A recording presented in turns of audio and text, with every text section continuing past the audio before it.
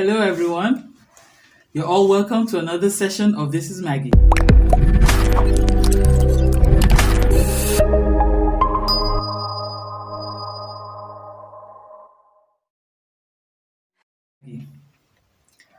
Before we continue, please share this link, like the video, and subscribe. Thank you.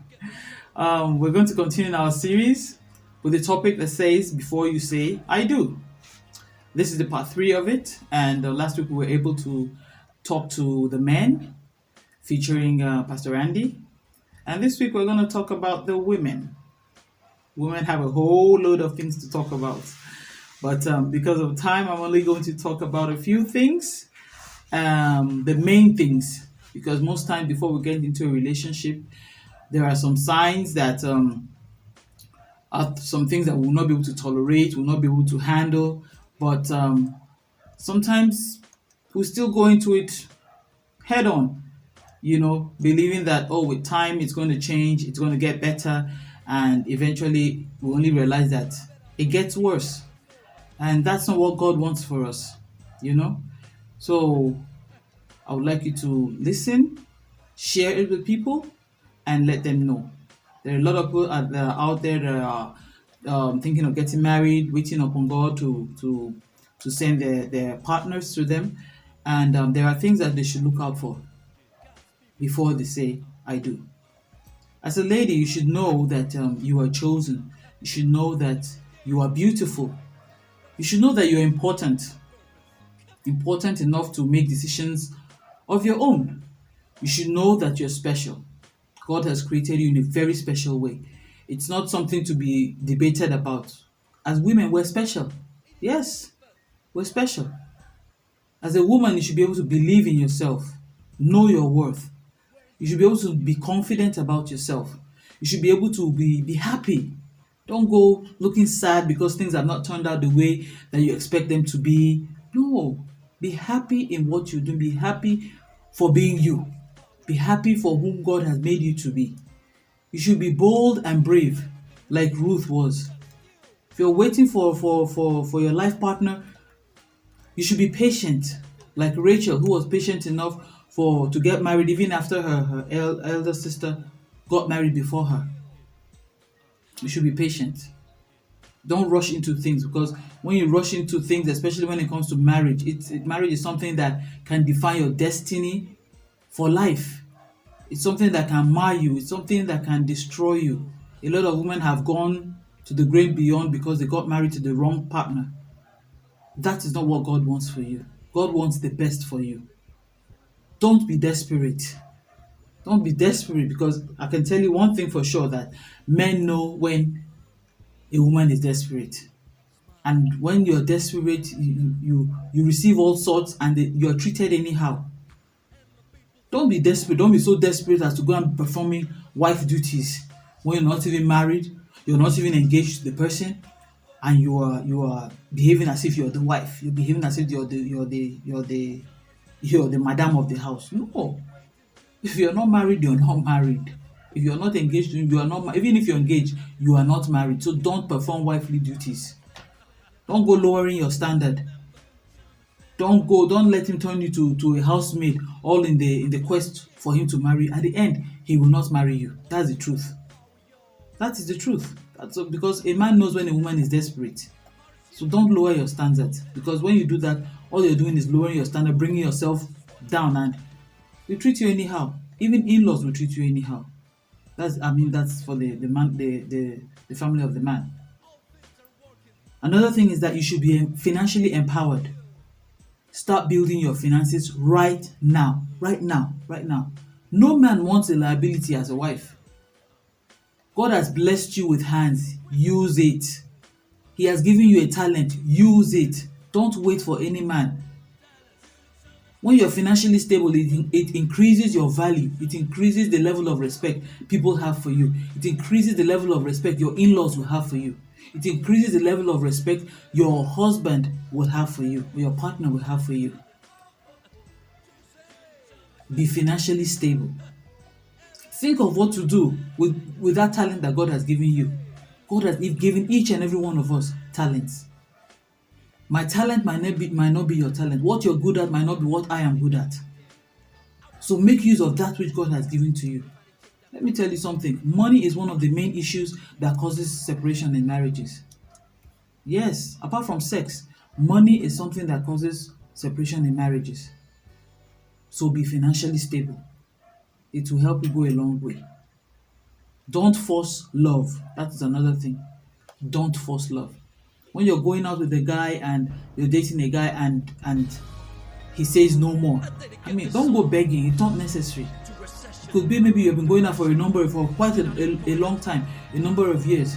Don't go begging, because eventually, if maybe he takes you back, he just maybe trying to just take you back for the sake of taking you back. But why lower your standards? Why go to that level? If he says no more, no more, you move on with your life.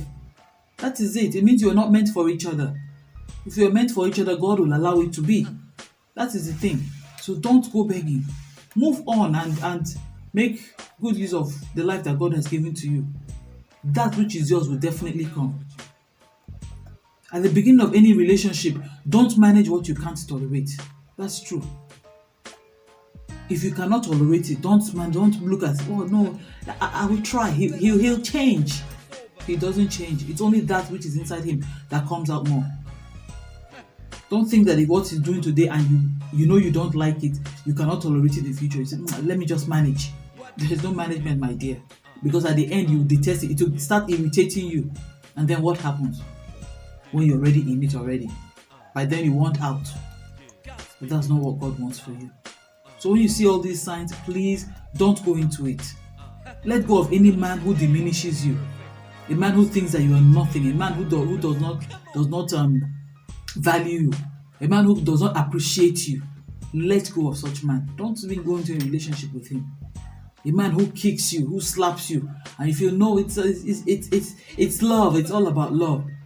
A man who is envious of you, who is envious of your progress, who will not let you to associate with your friends, with your family. A man who wants you to be locked down just for him alone. That is not a relationship. You're not a slave, so why put yourself in such a position? Don't continue with a man who is not proud to introduce you to those that matters in his life. It will be his parents, his boss, his friend, those that he respects. If he's not proud to introduce you, then know that he's having an affair with someone else. He doesn't want people to know about you. So why behaving as if you don't know? Of course, we know these things. The signs are always there. A man that tells you you're not good enough. I mean, you're not even married and he's telling you that. So why continue with him? And you still want to put your head and you still want to go into it. Such things don't usually end well. If he thinks you're not good enough, then leave him and let him get somebody that's good enough for him. Let go of any man whom you have to keep apologizing to, whom you have to keep trying to please, because there are some men that cannot be pleased. That's the truth. No matter what you do, he will not be pleased. And every little thing, whether you're right or you're wrong, you have to apologize. Whether you're right or wrong, you have to, because you want the relationship to continue, and he doesn't give a damn. Let go of such relationships. Let go of any man that can't respect you, that you can't respect. If you can't respect him and he can't respect you and respect members of your family, let go of him. It means he doesn't have value for you. That's the truth. There are some men that when you see them, you know, this one, no, I can't, I won't be able to respect him. Don't go into a relationship with them. Don't go into any relationship with a man that tries to keep you isolated, like I said before, from your family and friends. There are men like that. They want to keep you just for themselves. They will not allow you to grow. They will not allow you to move out. They will not allow you to do business. They will not allow you to work because they're insecure. Such men are insecure, and when you get married to an insecure man, a lot of things can go wrong because you can't be whom you are. You have to be abiding by the rules and regulations of that man. Don't let yourself go into that. All in the name of getting married? No. Let go of any man whose family does not love you, whose family does not accept you. From day one, when you're introduced to the family, you will know. You will know. It's not hidden. If they love you or not, if they like you, if they accept you or not, you will know. Don't pretend as if it's not there. You don't know. You will know. Don't allow the guy to assure you that no, take it easy. They're going to eventually get to like you, my dear. When the chips are down, you'll be left out in the cold. And that love which you and your man share is not going to be enough to shield you when the missiles come flying. So if you're not accepted in the family from day one, let it go.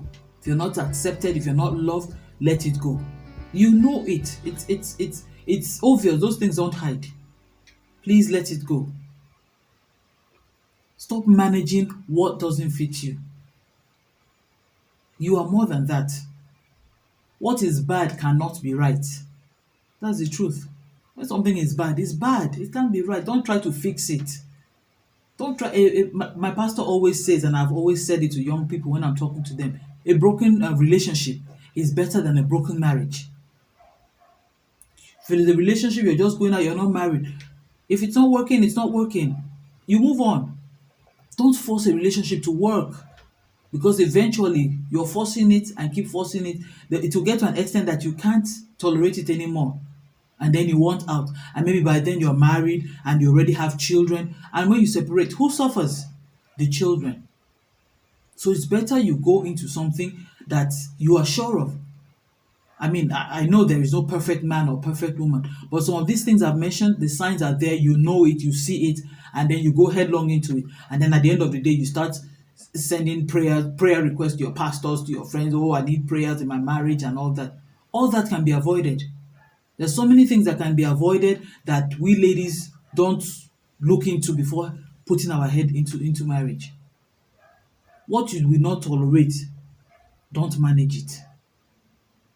Don't. It's not necessary. You should know that you are worth a lot more than you can imagine. God has put a lot in the inside of you. You are worth celebrating. Any man that cannot celebrate you is not worth being with you. You are important. Any man that feels that you are less important than he is, then he is not worth being with you.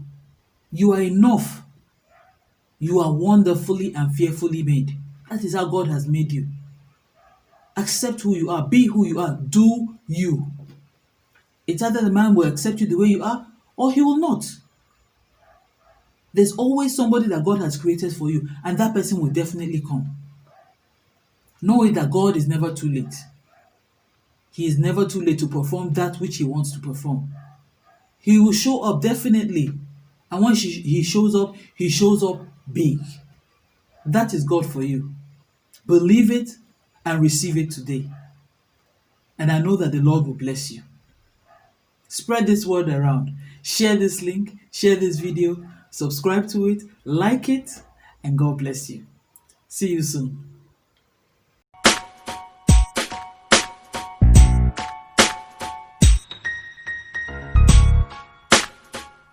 Uh.